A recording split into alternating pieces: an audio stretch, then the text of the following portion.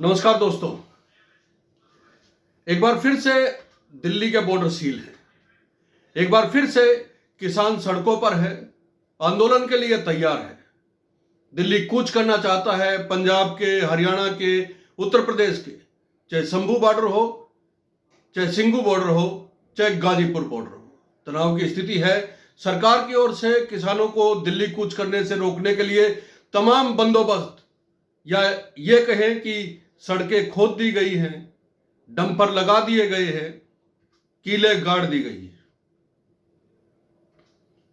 किसान किसी भी सूरत में दिल्ली ना पहुंच पाए, व्यवस्थाएं गड़बड़ ना हो, सरकार की ओर से यह प्रयास है। लेकिन यह किसान दोबारा 2 साल के बाद वापस दिल्ली क्यों आना चाहते हैं? इनकी क्या मांगे हैं? कौन सी ऐसी मांग है जो इनकी पूरी नहीं हुई थी? आप कहेंगे तीनों कानून तो वापस ले लिए गए थे, जिनको काला कानून बताया जा रहा था। तो फिर मांगे कौन सी है? जी हाँ दोस्तों, ये वाजिब सवाल है आपका भी। सबसे पहली मांग मिनिमम सपोर्ट प्राइस यानी एमएसपी की। यह किसान की बड़ी मांग है। किसानों का या किसान संगठनों का कहना है कि जब से देश आजाद हुआ है, उनको उनकी फसलों का, चाहे सरकार कोई भी रही हो, अभी भारतीय जनता पार्टी की है, उससे पहले स्वामीनाथन आयोग की जब सिफारिशें आई थी तो सरकार कांग्रेस की थी। पहली पारी में ही कांग्रेस की सरकार के दौरान स्वामीनाथन आयोग ने अपनी सिफारिशें दे दी थी, और स्वामीनाथन आयोग को या एमएस स्वामीनाथन को अब भारत रत्न भी दिया जा रहा है। किसानों का कहना है कि भारत रत्न असली तब माना जाएगा जब किसानों को उनकी सिफारिशें लागू करके एक तोहफा दिया जाए। क्या कुछ कहा था स्वामीनाथन ने अपनी सिफारिशों में, यह जानना बहुत महत्वपूर्ण है। और क्यों सरकार उन सिफारिशों को लागू नहीं कर पा रही है? बातचीत का दौर जारी है, देखना होगा कि क्या बनता है आगे। लेकिन स्वामीनाथन ने जो अपनी सिफारिशों में कहा था, उसमें सबसे पहले A2 का फार्मूला दिया था उन्होंने।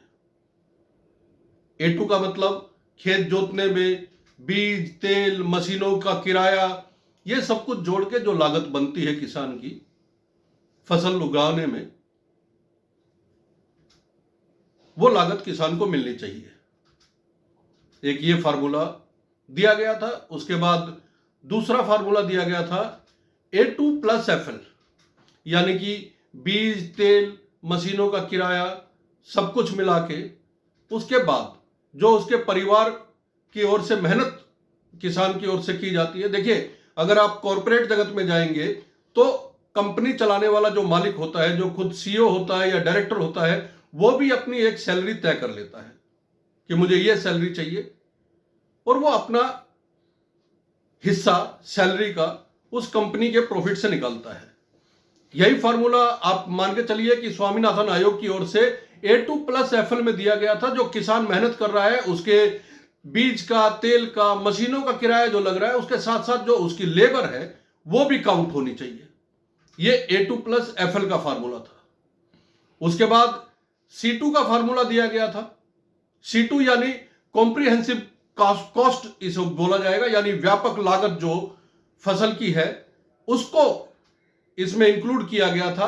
यानी तेल का, बीज का, मशीनों का जो किराया है, उसके साथ साथ परिवार की मेहनत के साथ साथ जो उसके जमीन पे काम किया जा रहा है, इसको हम फिर से कॉर्पोरेट जगत से जोड़ के देखते हैं। या कोई ऑफिस कोई आदमी चलाता है, वो जब हालांकि जमीन उसकी अपनी होती है, उसके बावजूद अपने खर्चों में उस ऑफिस का रेंट जोड़ता है।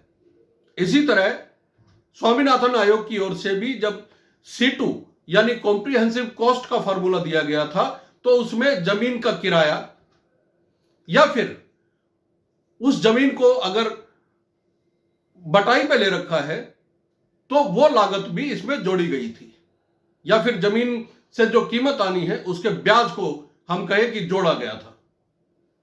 एक फार्मूला यह दिया गया था।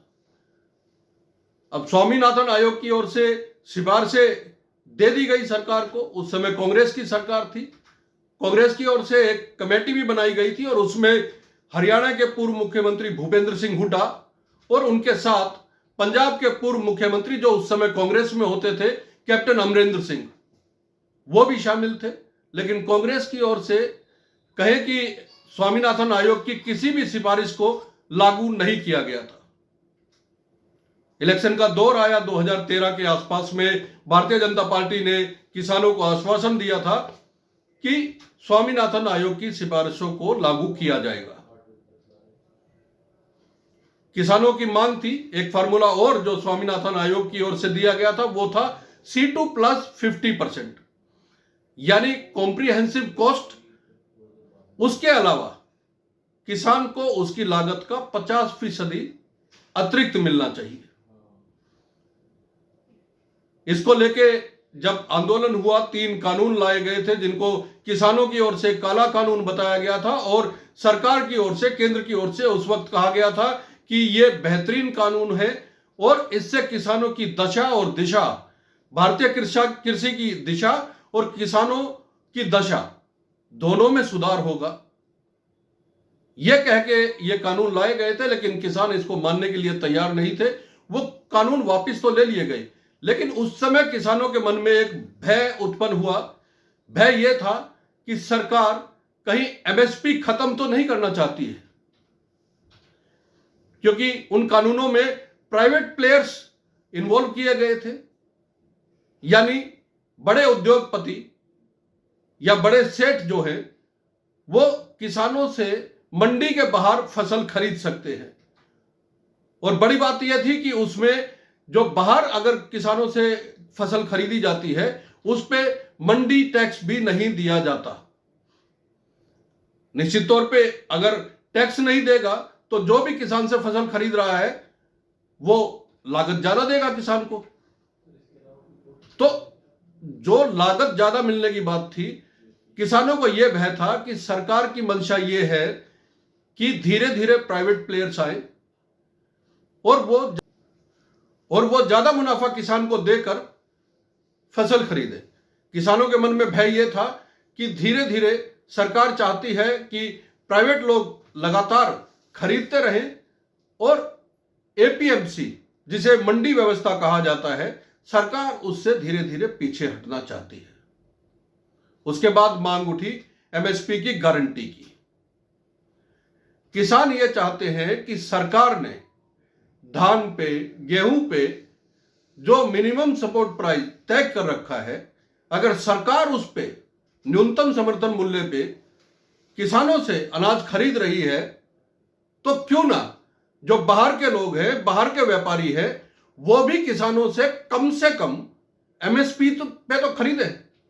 एक कानून ऐसा बने कि MSP से कम पे ना सरकार खरीद पाए और ना किसानों से व्यापारी खरीद पाए। किसानों की यह एक मांग है C2 प्लस FL की, C2 प्लस 50% की। लेकिन C2 प्लस 50% को लेके जो किसानों का आंदोलन चला, उसके बाद एक कमेटी का गठन किया गया था। किसानों का कहना है कि सरकार की ओर से कमेटी तो बना दी गई, उस पे कभी कोई बैठक नहीं हुई, कोई फैसला नहीं हुआ और इस बात को 2 साल होने को है। उसके बाद किसानों को यह मांग एक वादा खिलाफी के तौर पे लग रही है। सरकार कह रही है कि हम बातचीत के लिए तैयार हैं। क्या होगा यह देखने वाली बात होगी। क्या किसान अड़े रहेंगे, क्या सरकार उनको मना लेगी? लेकिन क्या किसानों की यह मांग जायज है?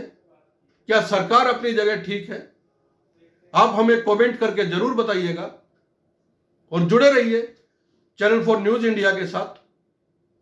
आपको यह वीडियो अच्छी लगी तो शेयर कीजिए, लाइक कीजिए, अपने दोस्तों तक पहुंचाइए कि MSP का पूरा फंडा है क्या और स्वामीनाथन आयोग की सिफारिशें क्या है। बहुत बहुत धन्यवाद। नमस्कार।